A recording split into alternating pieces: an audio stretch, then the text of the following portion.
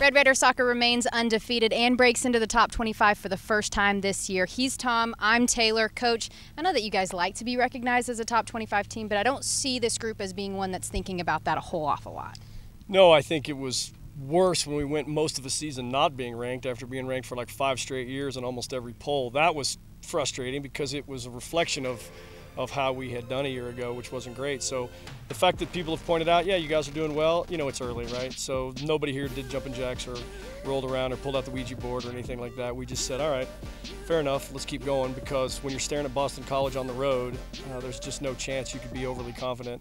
You just got to put your head down and grind it out. Right, but that came after a big win on the road for you guys, your first time going out and facing a road opponent this season, and you did it in fashion. I mean, you guys really thrived against San Diego State, but was there anything in particular that stood out to you about the way that your group kind of handled that? Yeah, we just started so sharp. I mean, the ball was just zipping, and we scored in under 2 minutes, and it was a great goal.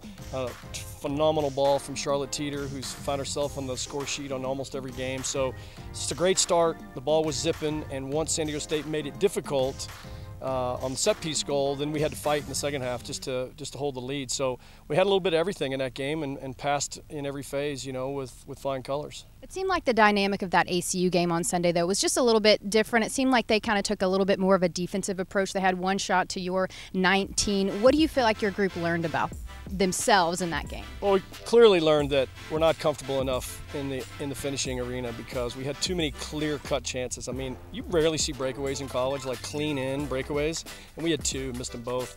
And both those players can finish those without question. So I think we've got to tighten it up in our finishing, there's no doubt, but also give ACU credit.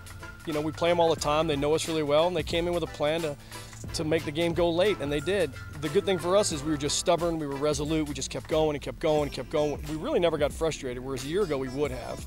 And so because we weren't frustrated, you just felt like, you know what, it's coming.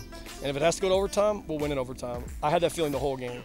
And so I was happy for Jordan Duke because she's been outstanding for us, and playing the lone holding mid and getting the winning goal is a pretty big achievement, so we were happy for her. You were West Coast last week. Now, of course, you head out to the East Coast. You mentioned Boston College. Only one game this weekend. What do you like about just not being able to have to focus on 2 opponents instead it's just one on Saturday? Well, when the one is as good as this one, the extra day of rest is big, because if you're traveling and you're playing a top team, that extra day makes all the difference in the world. And, you know, Boston's a beautiful city. BC's a great team, historic program, ACC team. We know it's the best team on our non-conference schedule so far. And so having it be our sole focus of the weekend, I think, is an advantage for both teams. Coach, best of luck to you guys on the road this weekend. For everything you need for Texas Tech soccer, don't forget to follow us on Twitter and head on over to our website at texastech.com. He's Tom, I'm Taylor, and this is Rolling with Stone.